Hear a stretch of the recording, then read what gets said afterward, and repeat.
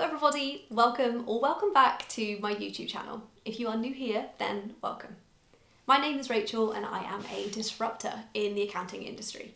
I'm disrupting what it means to be an accountant, what it feels like to have an accountant, and showing you the behind the scenes of what running an accountancy practice looks like. I create long and short form content across YouTube, TikTok and Instagram, and so I would absolutely love to see you there, where I share daily behind the scenes content of what it's like to scale a business in your 20s. You can use the links in the description of this video to find me everywhere that you consume content.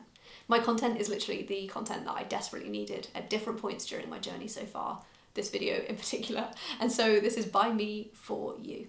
So if you've got any questions or content requests, you can pop them in the comment section to this video or send me a DM directly. And that drives the content that I bring to you next. In this video, I'm talking all about how to pass your accountancy exams first time, where I'll be running through learning concepts, the benefit of teaching others, open book exams, and planning your revision successfully. In this video, I'll be going through 4 more of my top tips. And so if you missed part 1 of this video, make sure you go and check it out after this video for more helpful advice. Now, if you're here because you are interested in becoming an accountant one day, but you're not certain if it's for you, I might have some information that can help. This video is sponsored by the CPAA.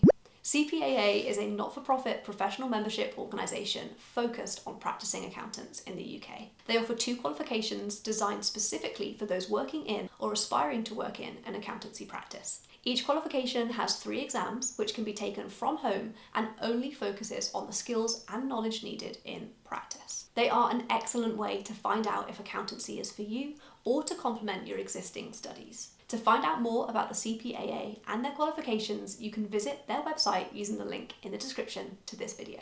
Now let's get on to my top tips. So with whichever qualification you are studying towards, it will likely be the case that you will start with some exams which are multiple choice, and then as you carry on in your studies, then you'll get to the types of questions where you're having to prepare longer form answers. When you're studying for a multiple choice exam, it can be quite tempting to just memorize your textbook, as more than likely the wording of the correct answers to select in the exam will be very similar. However, whilst this might get you a pass in a multiple choice exam, this is not going to help you when you get further into your studies, when you're having to actually apply the concepts that you've learned into an exam scenario.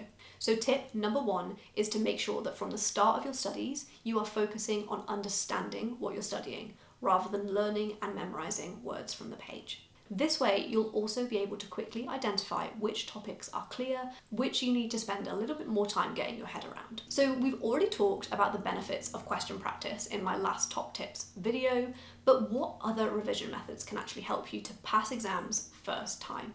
Well, if you've ever thought about becoming a teacher, then this tip will be right up your street. So you can choose a topic that you need to revisit or that you've been studying. And then, in order to solidify what you've learned, you could ask a family member, a colleague, or even your dog to sit and let you tell them everything that you've learned. The thought behind this being that you need to work out how you would explain a topic to somebody else is actually really effective revision. You will very quickly identify where there are gaps in your understanding, and you'll need to be able to find the topics that you need to focus on before the exam. If you can clearly explain a topic to somebody who has never heard of this information before, then the chances are you'll be able to write that out in plain English in your exam. Okay, so now I'm going to talk to you about open book exams. Now this one might not apply to everybody, but if you are studying for an open book exam, then listen up. Initially, hearing that you can take your study content into an exam sounds great. You'll have your notes to hand, you can find the exact answers to any of the exam questions. However, if your notes are all over the place, you can actually end up spending too much time trying to find the relevant information that you need, time that you probably don't have to waste under exam conditions. So, if you are studying for an open book exam, my tip would be to prepare as if you won't have your notes. That way you won't be relying on them in your studies and then in the exam itself. Then, when it comes to preparing the notes that you will take into the exam, be selective. Don't take in every textbook and every mind map with you, as this will literally confuse and overwhelm you in a stressful situation. Create an exam file which has some select information in. Perhaps some key reminders or a summary for each of the areas that you think you're going to struggle with. Create a contents page too, so that you'll be able to easily direct yourself where you need to be in your notes on exam day if you need them. My final tip is to plan your study time. You don't have to have an incredibly detailed, regimented study plan.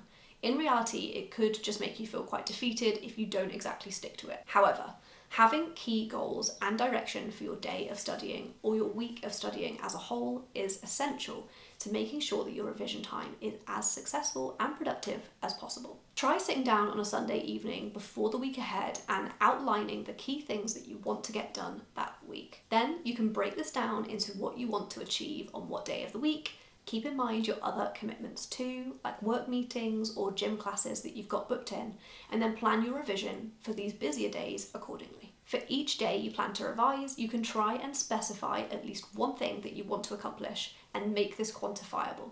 For example, which video do you need to watch to learn more about the topic that you're planning on studying? Which chapter of your textbook do you need to make some key point notes from? It's that kind of thing that I'm suggesting. Breaking down larger tasks seems way less overwhelming and much more achievable for you. Keeping this plan open and on your desk or stuck to your wall will remind you of your intentions for the week and prompt you to want to achieve your plan. Try to remember that small steps and consistent progress will lead you to success. And that is a wrap. Today we've covered learning concepts, the benefit of teaching others, open book exams, and planning your revision successfully, which will have answered all of your questions about how to pass your accountancy exams first time. Please do let me know in the comments what you found the most helpful, or if you've got any follow-up questions. Thank you so much for spending some time with me today, and I hope to see you again very soon.